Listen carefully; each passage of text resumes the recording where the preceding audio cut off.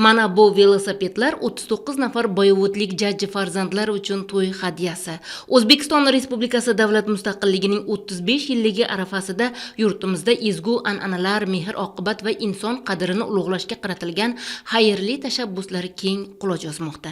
Boyovut tumanida tashkil etilgan navbatdagi tantana ham ana shunday ezgu maqsadga xizmat qildi. Unda ijtimoiy himoyaga ehtiyojmand oilalar farzandlariga unutilmas quvonch ulashildi. Bolajonlarga maxsus bayram sovg'alari topshirildi.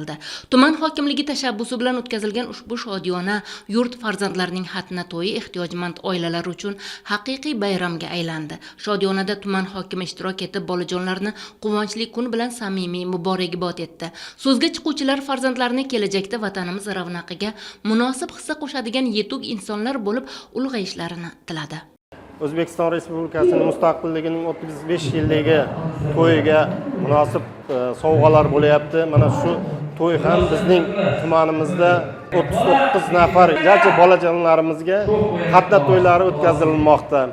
Normurod Eshmurodov xastaligi sabab davlat va jamiyatning ko'magiga ehtiyoj sezib yashaydi. Uning oilasiga davlat tomonidan ko'rsatilayotgan ko'mak o'ziga xos ahamiyatga ega bo'lmoqda.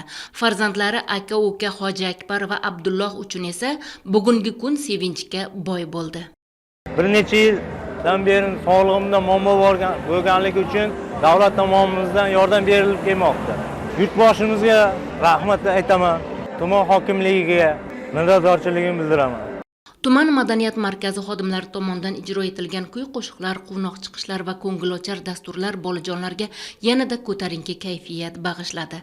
Bugun farzandlar uchun nafaqat xatna to'yi, balki mehr va e'tibor mujassam bo'lgan unutilmas bayramdir. Bunday ezgu tashabbuslar jamiyatda o'zaro mehr-oqibat, saxovat va hamjihatlik tuyg'ularini yanada mustahkamlashga xizmat qilmoqda.